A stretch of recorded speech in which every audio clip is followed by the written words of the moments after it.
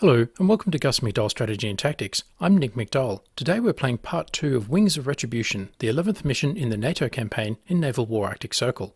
Naval War Arctic Circle is based on a hypothetical Great Arctic War set in 2030 and fought in the North Atlantic, Arctic, Baltic and the North Sea. The NATO campaign covers the Great Arctic War as experienced from the Northern Partnership and NATO alliances. In Wings of Retribution, we must destroy enemy airfields on Iceland and in Norway. In the last episode, we analysed the battle space, friendly and enemy forces, and came up with a plan. Our mission, NATO and Northern Partnership air and naval forces, are to destroy Keflavik and Bergen in order to deny airspace to enemy air and missile operations over the North Sea and North Atlantic, and set the conditions for future operations. The plan is for a three-phase operation. First defend, then suppress, finally strike. In Phase 1, Naval forces will conduct local defensive ASW operations with active sonar and towed arrays. Naval forces will conduct local offensive ASW operations out to 20 kilometres. All forces will establish combat air patrols and local air superiority out to 100 kilometres, then launch AWACS, and finally RAF Lossiemouth and RAF Lakenheath will launch Poseidon ASW missions. So, let's execute Operation Wings of Retribution Phase 1. It is 1100 hours on Monday 2 December 2030. Here is our battle space.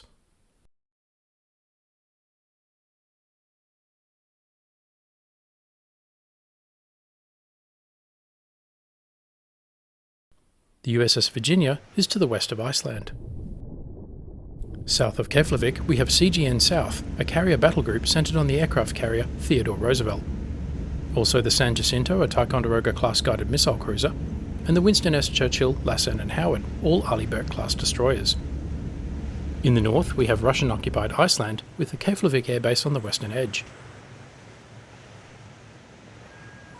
Nestled between the Faroe Islands and the Shetland Islands north of Scotland, we have CVG North, centred on the aircraft carrier Abraham Lincoln.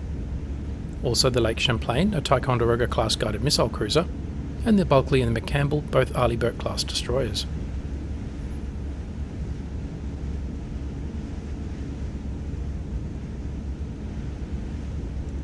The enemy has Bergen Air Base in Russian-occupied Norway. In northern Scotland, we have RAF Lossiemouth.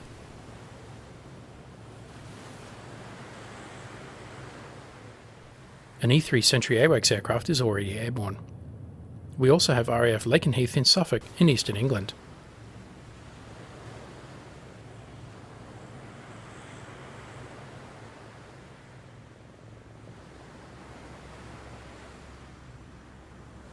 Phase 1 starts with naval forces conducting local defensive ASW operations with active sonar and towed arrays. Let's do that and deploy those measures.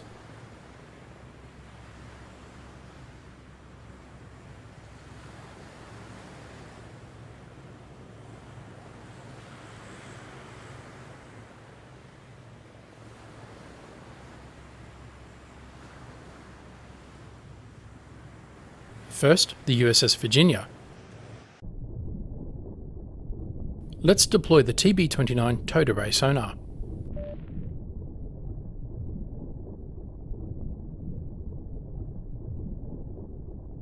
And clear the baffles.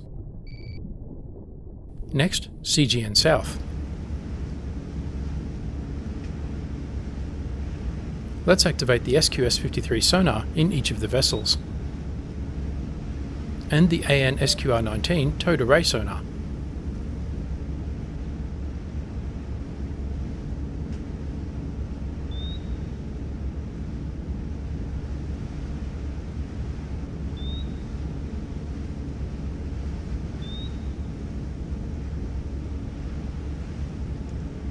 And last, CVG North. Again, let's activate the SQS-53 sonar in each of the vessels.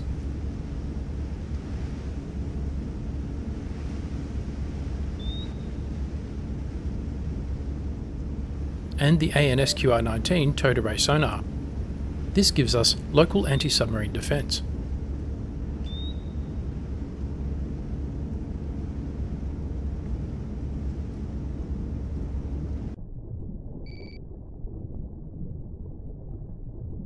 Phase 1 continues, with naval forces conducting local offensive ASW operations out to 20 kilometres. So, let's launch the ASW helicopters. We will get these into position to form a screen around the carrier battle group.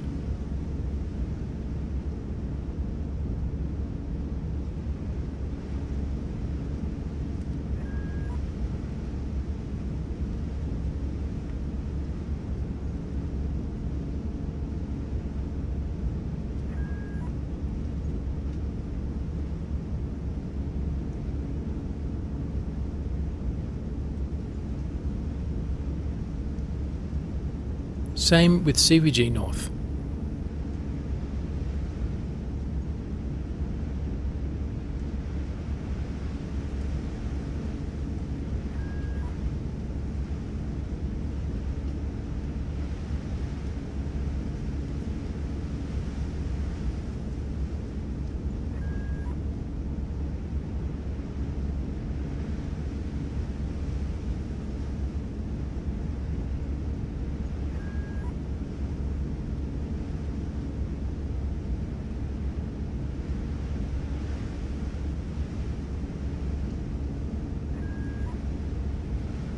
USS Virginia continues to clear its baffles.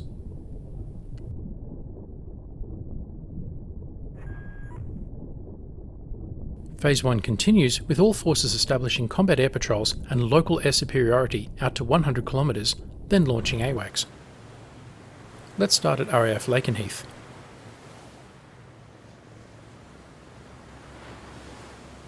Two Eurofighter Typhoons take off for a patrol position in the North Sea. Next, RAF Lossiemouth. I want to build a strong fighter screen in a line from the Shetland Islands running south, covering the east coast of Scotland. 4 pairs of fighters, 8 sorties in total.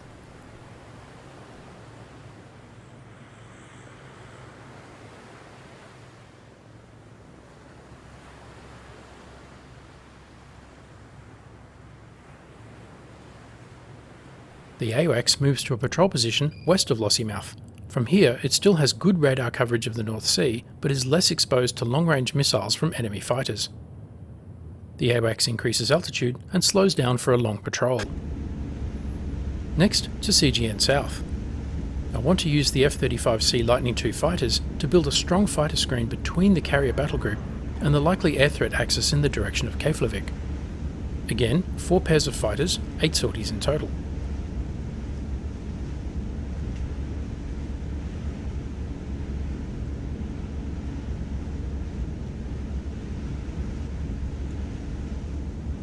Over to CVG North. Similar concept, but I need to cover a wider arc, as threats could come from Iceland in the west or from the east out of Bergen. Again, 4 pairs of fighters, 8 sorties in total.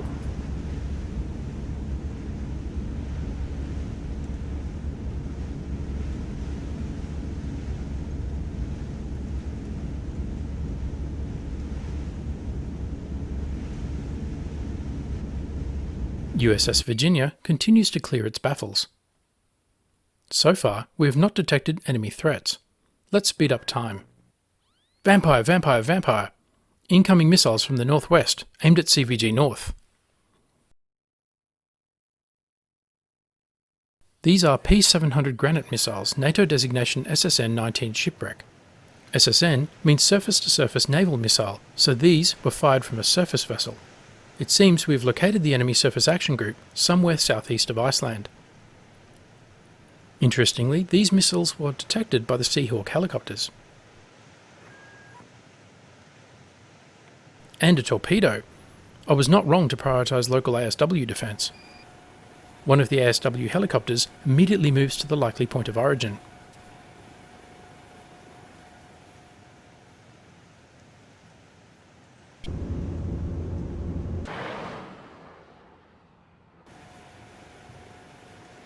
It drops to 10 metres above sea level and halts, and deploys the AN/AQS-18A dipping sonar. A second helicopter moves in to assist.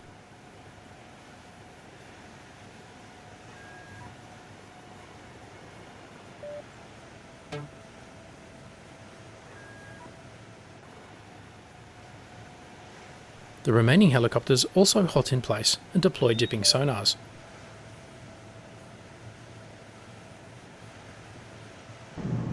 The torpedoes are chasing the Lake Champlain. It is running before them at flank speed. The remainder of the battle group is manoeuvring away from the submarine's likely location. It could launch more torpedoes. Or another submarine could be lurking to the west.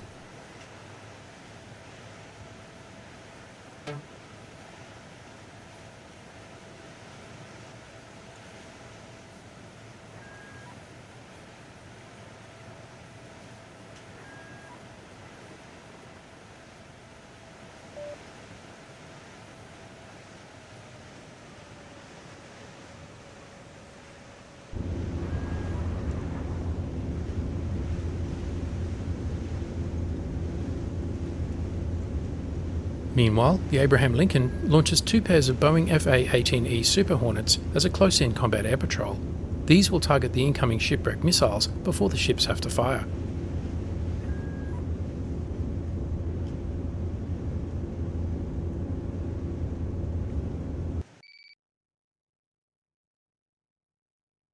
The attack on CVG North was launched from close range.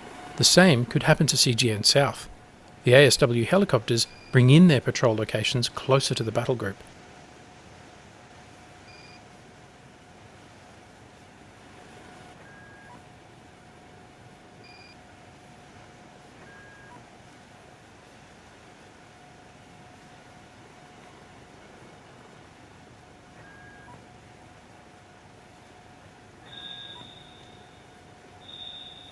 Bridge, sonar, new contact, designate Sierra 1. The Seahawk has detected a submarine contact. This is an opportunity to finally use the RUM-139 vertical-launched anti-submarine rockets. The honour goes to the Lake Champlain. It is fitting for the hunted to become the hunter, and good for morale aboard the Champlain to hit back at their tormentor. 2 rockets out, and the torpedoes straddle the submarine.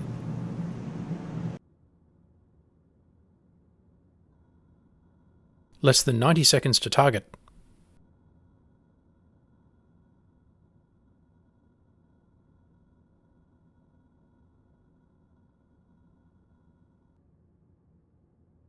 Sonar analysis has identified the submarine as the Gepard, a Chukka B submarine. It is travelling at 25 km per hour at a depth of 100 metres. It is probably unaware of the torpedo approaching from astern, and the other approaching off the port bow.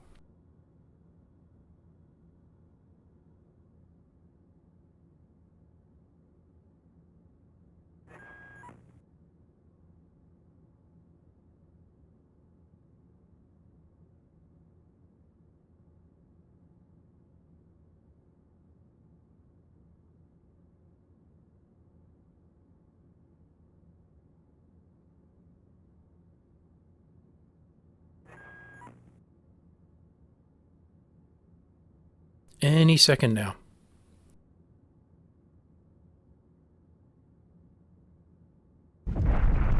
Hit!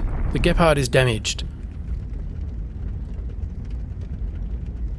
The hull is breaking up.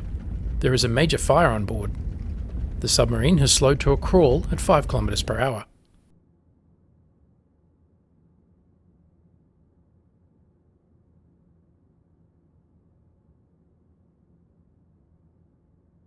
And it is headed for the surface, passing 60 metres.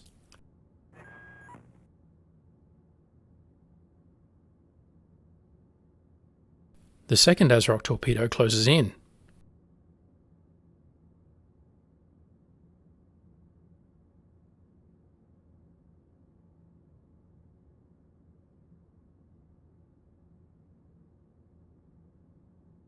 It misses. Time for another pair of ASROC torpedoes from the Champlain, still running for its life.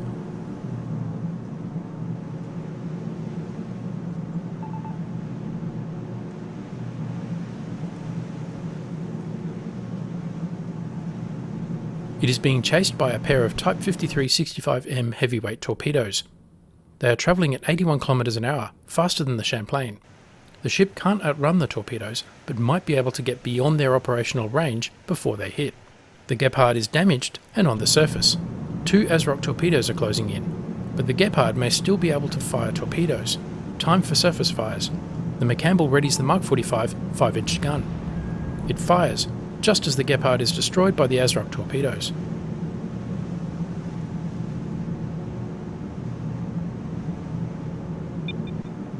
Off Iceland, we detect a berry of A-50U Schmel, airborne early warning and control aircraft.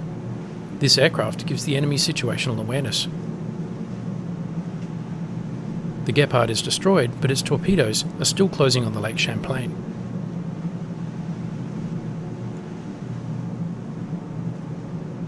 The AWACS is close to Lossiemouth. Time to improve my situational awareness. The AWACS activates its AN/APY Band 1 Band 2 radar. Almost immediately, the AWACS detects a pair of Tupolev Tu-22M3 inbound on a direct course to CVG North. I immediately task 2 F-35 from the CAP to intercept. These bombers are ship killers. The shipwreck missiles are inbound, but subsonic and a long way off.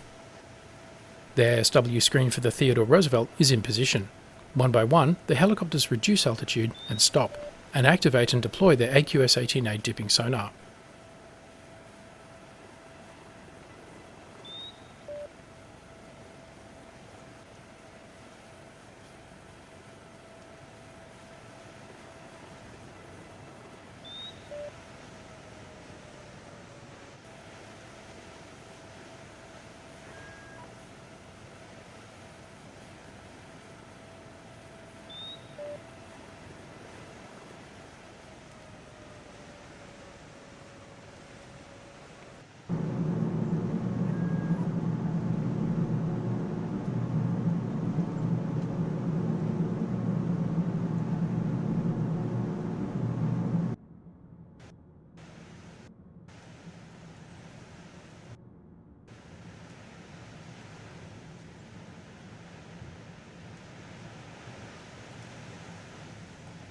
Back at CVG North, I face a difficult choice.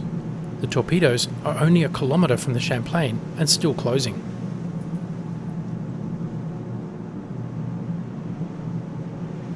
Champlain has 10 of the Tomahawks I will need to destroy Bergen airfield.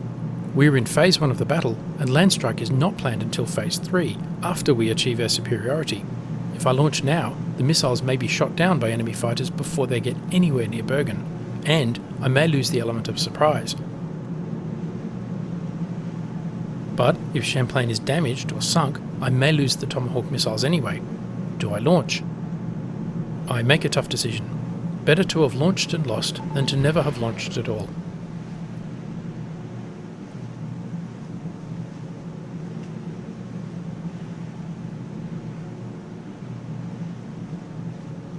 The Tomahawks are off to their target, Bergen Air Base.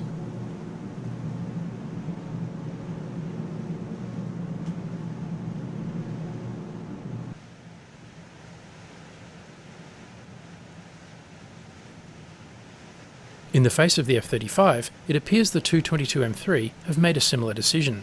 They have launched against CVG North, but at very long range. I have plenty of time to deal with the bombers and the missiles. The F-35 launch against the Tupolevs. Meanwhile, the fighter screen from Lossiemouth is moving into position. In Phase 1, their job is to establish the combat air patrol and local air superiority out to 100 kilometres from Lossiemouth.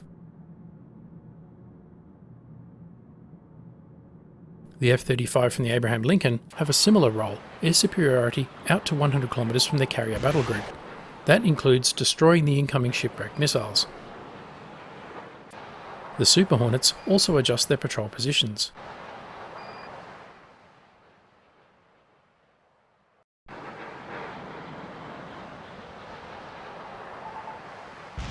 The F-35 launch more AMRAAM against the Tupolevs.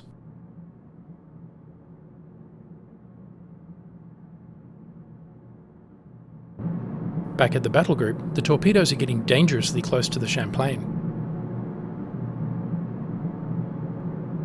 It is only some comfort that this fine ship has already destroyed the Gepard and launched Tomahawk missiles against Bergen.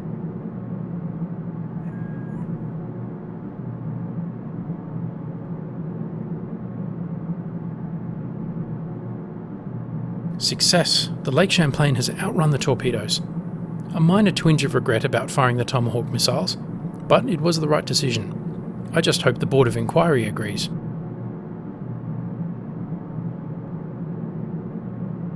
Champlain is ordered back into formation. It still has work to do.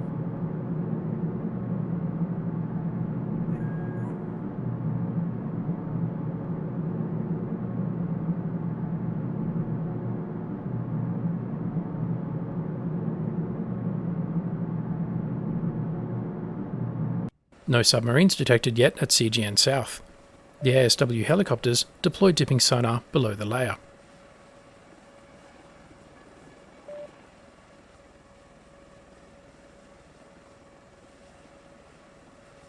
CVG North's ASW helicopters adjust position.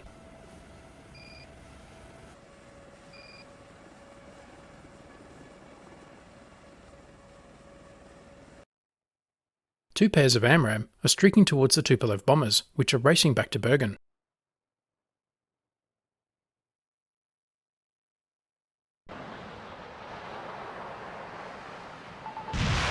Time to target the inbound missiles. These are KH-15 air-to-surface missiles, NATO designation AS-16 kickback. They are travelling at just over 1,000 km an hour at 30,000 feet.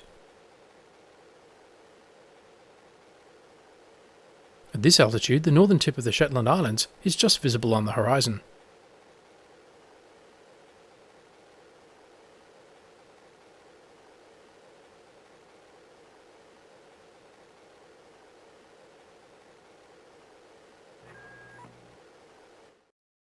The cap from CGN South is in position. Time to establish local air superiority. The lead ships in two of the fighter pairs activate their AN APG-81 radar. This will increase their visibility to enemy radar, including the Berry of A50U. This will draw in enemy fighters away from Keflavik. The fighters from Lossiemouth do the same thing. Again, the intention is to draw in the enemy fighters from Bergen and establish local air superiority.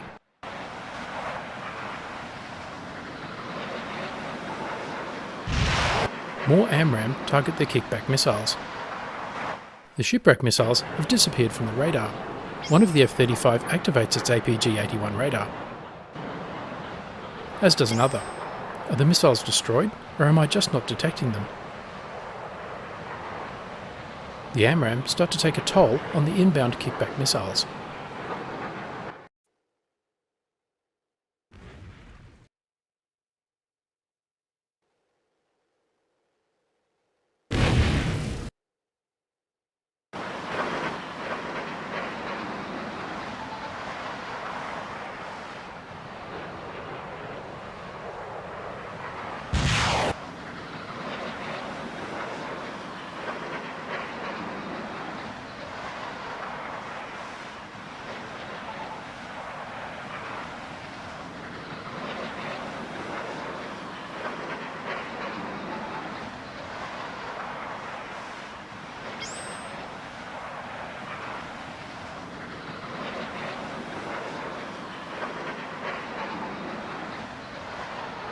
The F-35 also engaged with AIM-9X Sidewinder missiles.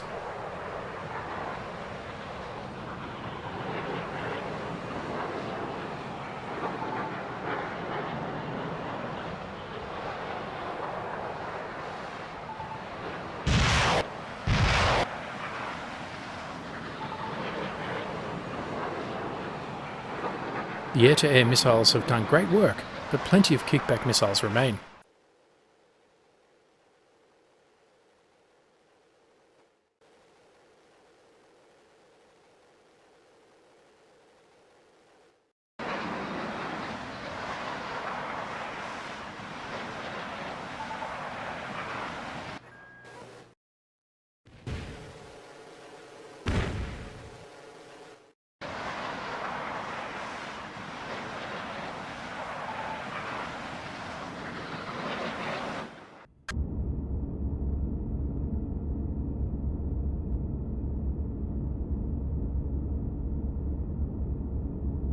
The Abraham Lincoln has a number of naval strike aircraft ready to launch, but the air superiority fighters are all in the air.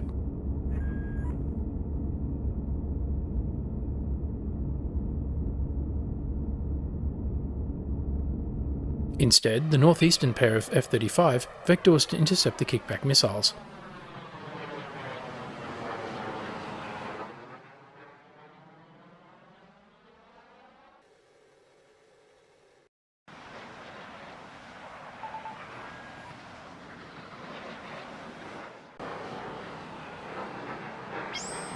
They activate radar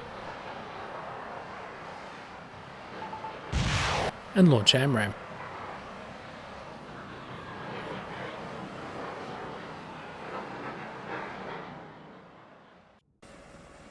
Still no submarines detected at CGN South. The ASW screen adjusts position.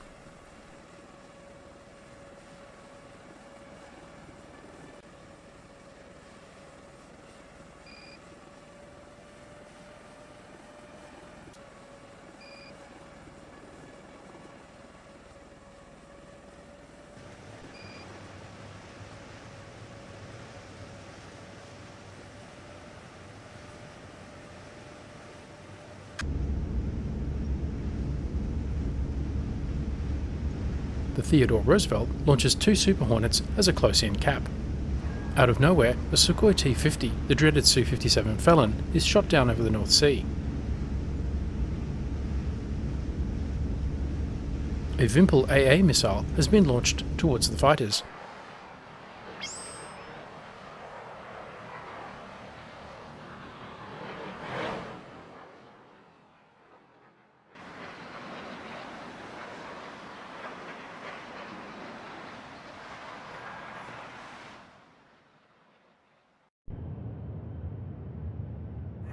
The AWACS radar is functioning, but I've not detected anything.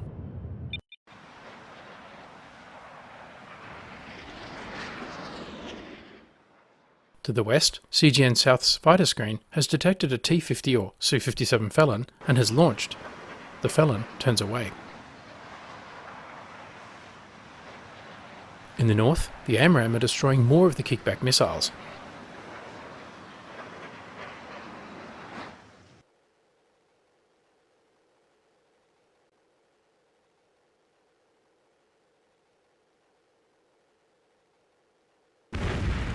The last is destroyed, ending the threat to CVG North.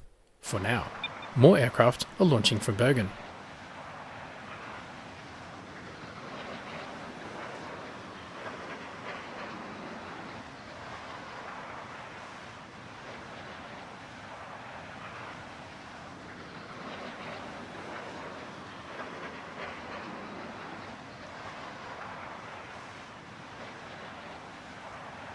In the west, the Felon attempts to evade.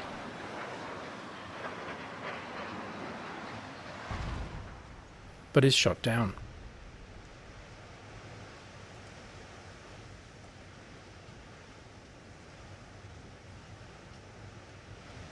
The third part of Phase 1 is tracking well, and it is time to launch the AWACS aircraft. The Theodore Roosevelt launches an E-2 Hawkeye. It launches and moves to a patrol position to the south of the carrier battle group, screened by the fighters. The Abraham Lincoln does the same.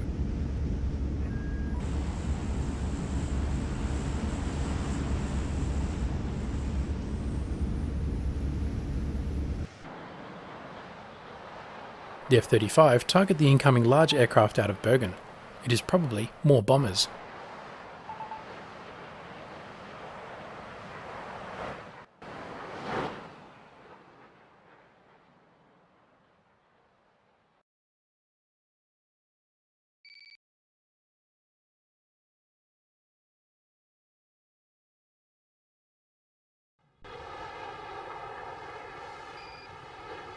The Super Hornets adjust patrol position and slow down, settling in for a long fight.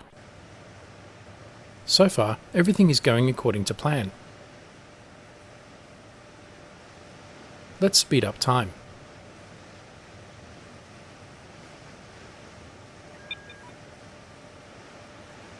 Another detection, and inbound air-to-air missiles.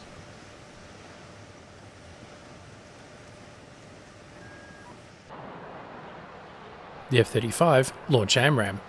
The battle for local air superiority is on.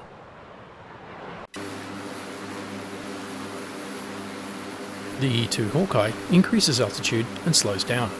It has an APS-145 radar with a 324 nautical mile range, enough to cover out to Keflavik.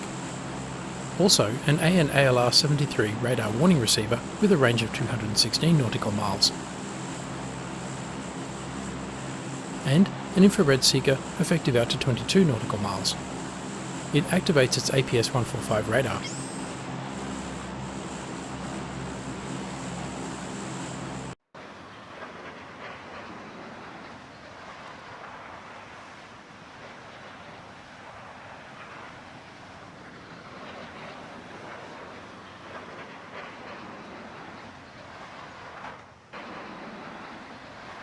The F-35 are running from the Vimpel.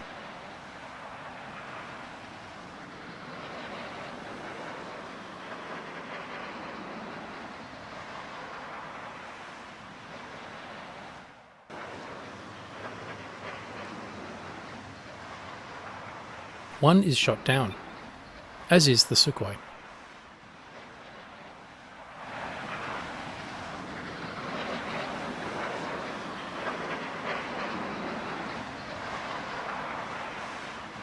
Virginia continues to clear its baffles.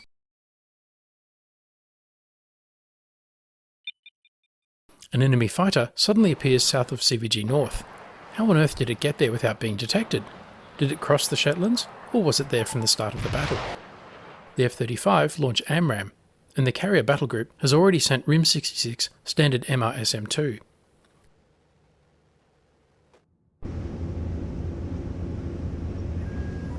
It is a lone felon. I do not rate its chances.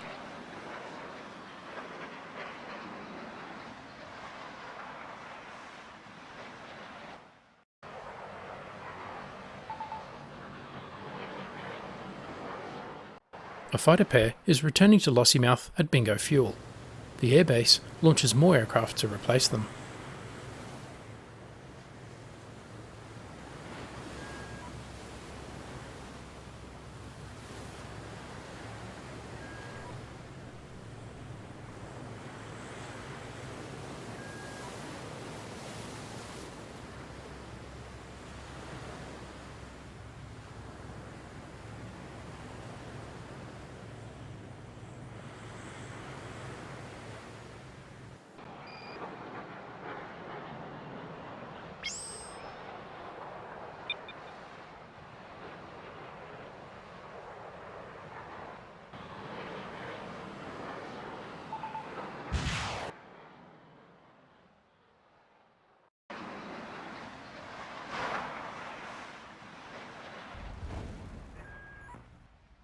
The lone felon is shot down.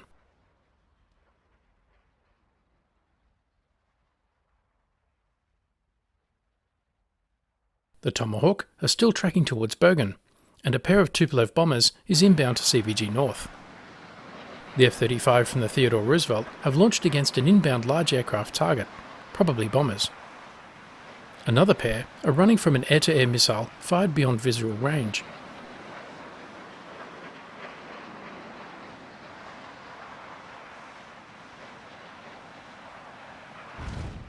One is shot down.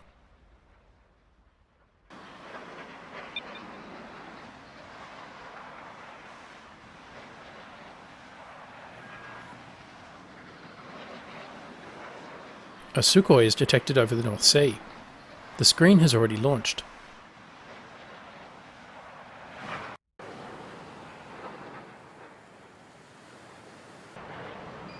Another pair adjusts patrol position.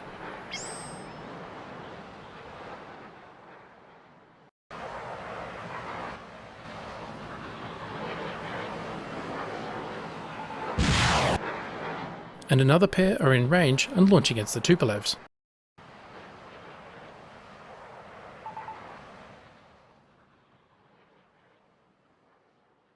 The Abraham Lincoln's cap adjusts position closer to the Faroes. Another fighter pair detected over the North Sea. The first fighter pair are felons, being chased by a steady stream of 6 AMRAAM.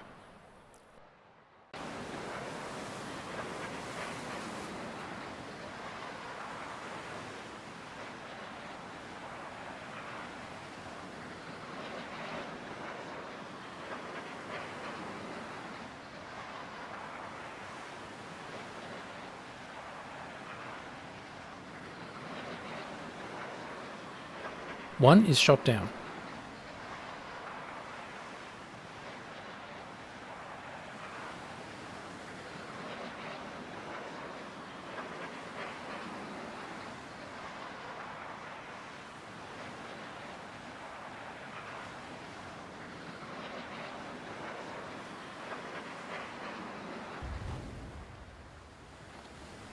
And the second.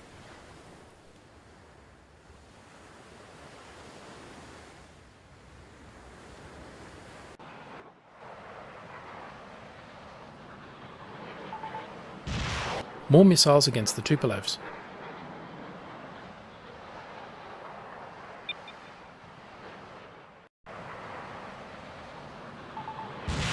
The Teddy Roosevelt's cap detects a Felon inbound and launches, as well as Tupolev bombers.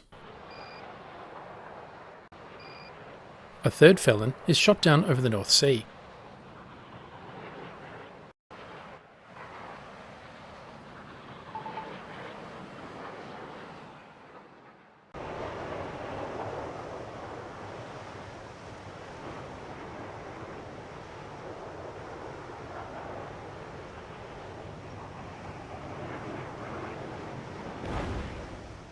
And a Tupolev bomber.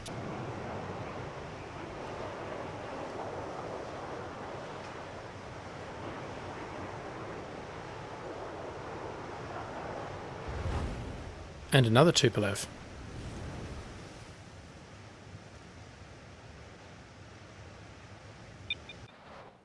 But more Felon are detected moving towards the Abraham Lincoln.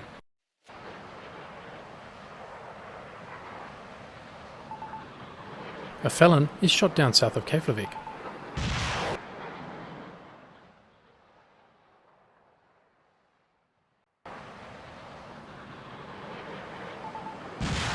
More AMRAAM are launched at the Tupolev bombers south of Keflavik.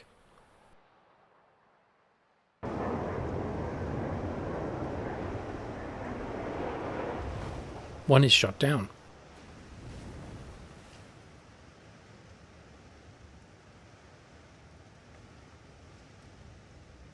Back at the North Sea, missiles everywhere.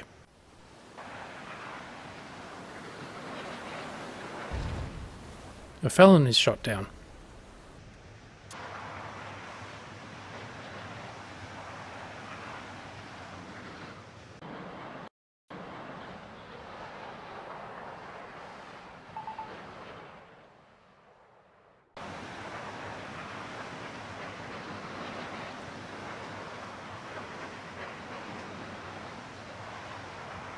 Another pair evades.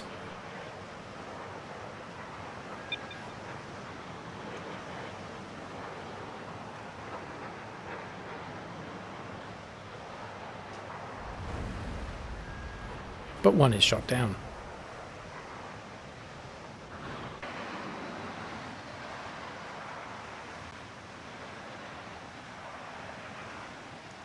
Another pair breaks. This is a defensive air combat maneuver designed to split the attacker's attention between two aircraft heading in different directions. But the flight lead is shot down.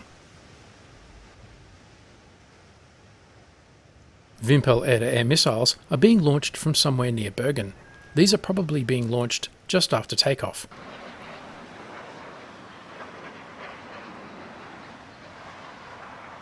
The second Tupolev south of Keflavik is shot down.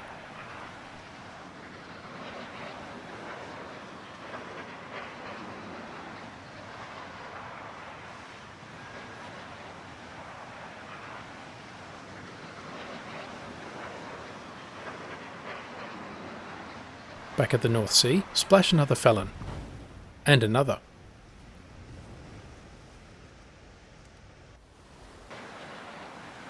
One evades.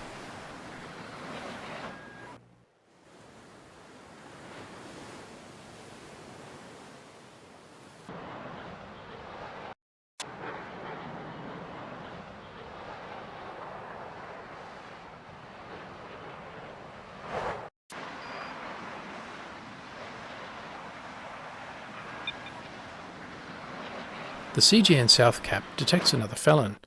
This is probably the one that shot down two F-35. Time for revenge. But one of the F-35 has launched against the Berry of Schmel. I order it to break off and head south. My plan is to keep the Schmel operating until the end of Phase 2. As it detects my fighters, it vectors enemy fighters out of Keflavik and to their destruction, exposing the airbase to a strike in Phase 3. The intense air battle over the North Sea continues.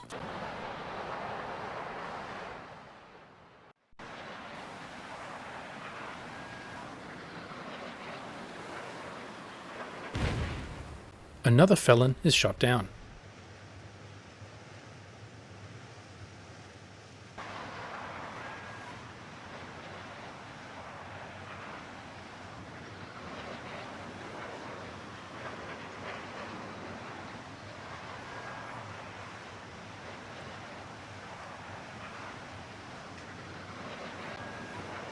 An F-22 crashes for lack of fuel.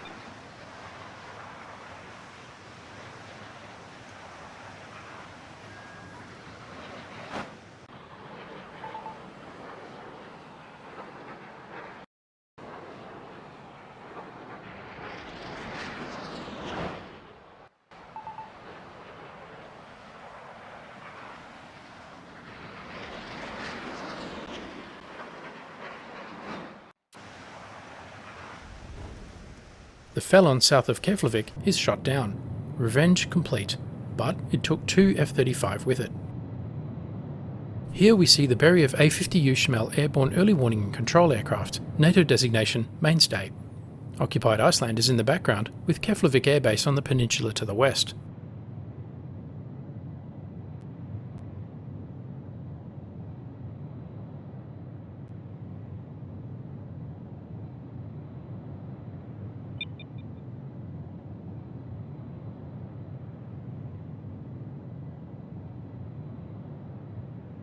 The Schmel evades the AMRAAM and continues to helpfully report my fighters, just as I planned.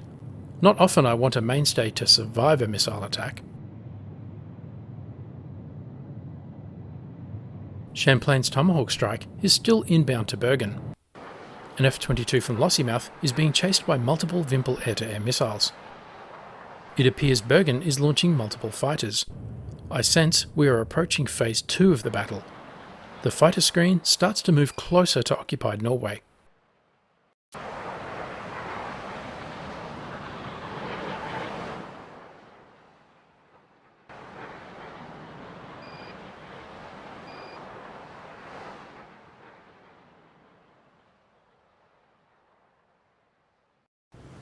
The last part of Phase 1 is to launch Poseidon in an ASW role out of the RAF airbases.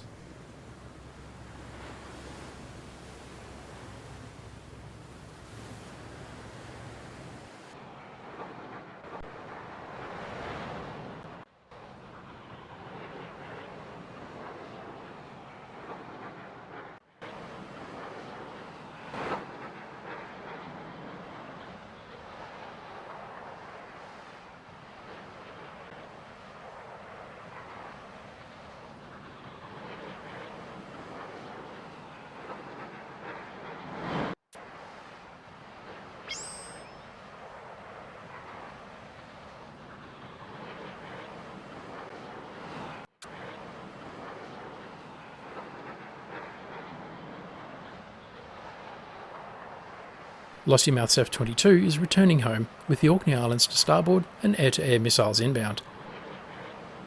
So far, in this episode, we have executed Phase 1 of Operation Wings of Retribution.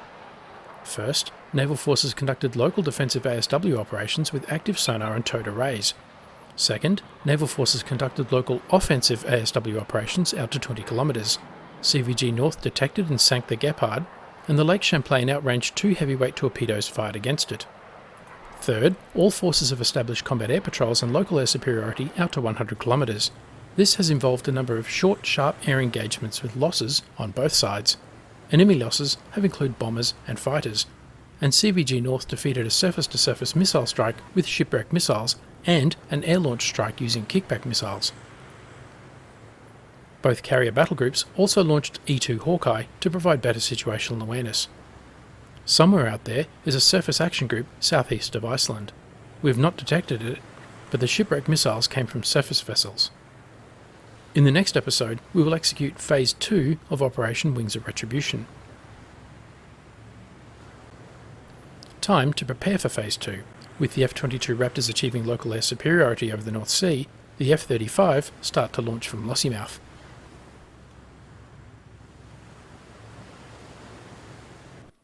As always, thanks for watching. For more Naval War Arctic Circle content, check out the NATO campaign and Jersey blockade playlists on our channel. If you enjoyed this video, don't forget to like, comment, subscribe, and donate, and stay tuned for the next episode.